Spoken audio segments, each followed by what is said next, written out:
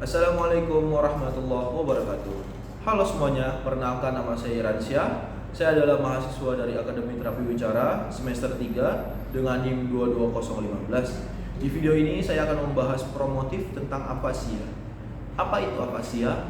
Afasia adalah gangguan bahasa yang dapat disebabkan oleh gangguan peredaran darah di otak maupun non-gangguan peredaran darah di otak.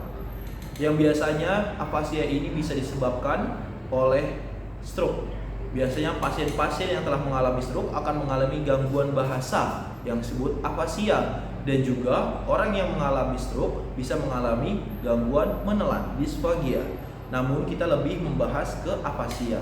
Afasia seperti yang tadi telah sampaikan adalah gangguan bahasa yang dimana bahasa itu terbagi menjadi dua, ekspresif dan reseptif. Di sini afasia akan terbagi-bagi macamnya. Ada afasia lancar, afasia tidak lancar, dan juga ada afasia yang pemahamannya baik, ada juga pemahaman buruk. Kita ambil contoh untuk afasia yang tidak lancar seperti Broca. Dia tidak lancar untuk memproduksi kata-kata atau bahasa, namun untuk pemahamannya lebih baik daripada afasia yang lancar. Dan juga sebaliknya, ada afasia yang lancar namun pemahamannya kurang baik.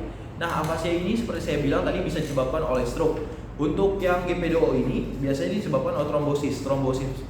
Trombosis sendiri adalah penyempitan pembuluh darah. Kenapa bisa penyempitan pembuluh darah? Karena ada penumpukan lemak di jaringan pembuluh darah sehingga darah tidak bisa tersalurkan dengan baik ke otak.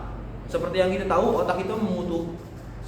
ketahui, otak itu membutuhkan nutrisi oksigen, yang dimana oksigen itu dibawa oleh darah melalui peredaran darah ke otak, yang nantinya oksigen itu akan memperbaiki sel-sel yang telah mati di otak. Sehingga ketika terjadinya penyumbatan atau terjadinya trombosis di pembuluh darah, maka darah tidak dapat menuju ke salah satu bagian di otak, terutama di bagian bahasa, sehingga ketika darah itu tidak bisa mengalir ke otak di bagian bahasa, maupun itu di Broca maupun di daerah Wernicke, maka sel tersebut tidak dapat pasokan oksigen lagi sehingga membuat sel itu akan mati.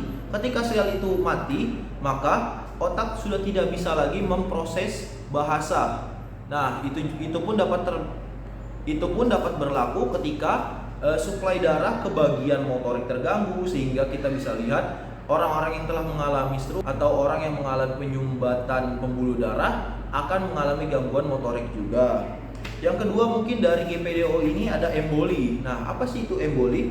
Emboli ini adalah gumpalan darah yang terjadi di dalam sistem pembuluh darah. Jadi gumpalan darah ini berasal dari, bukan murni dari otak penyumbatannya di situ, tapi gumpalan darah ini berasal dari aliran darah yang lain. Kenapa bisa menggumpal darah ini? Karena ada kadar kolesterol yang tinggi sehingga darah itu menggumpal, tidak mencair, lalu gumpalan itu terbawa ke aliran darah sehingga menyumbat ketika di bagian struktur pembuluh darah di otak. Selanjutnya, untuk yang penyebab non GPDO bisa disebabkan oleh infeksi seperti HIV, AIDS, dan juga bisa disebabkan oleh TBC. Dan juga ada penyebab lain seperti traumatic brain injury. Nah, traumatic brain injury ini bisa seperti kecelakaan, entah itu perdarahan luar atau perdarahan dalam. Apa yang dimaksud perdarahan luar?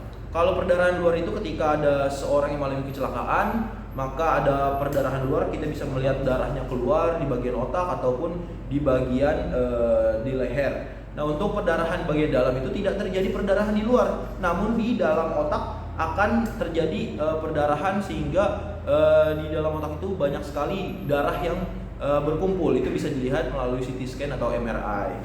Mungkin untuk video promotif dari saya cukup sekian. Assalamualaikum warahmatullahi wabarakatuh.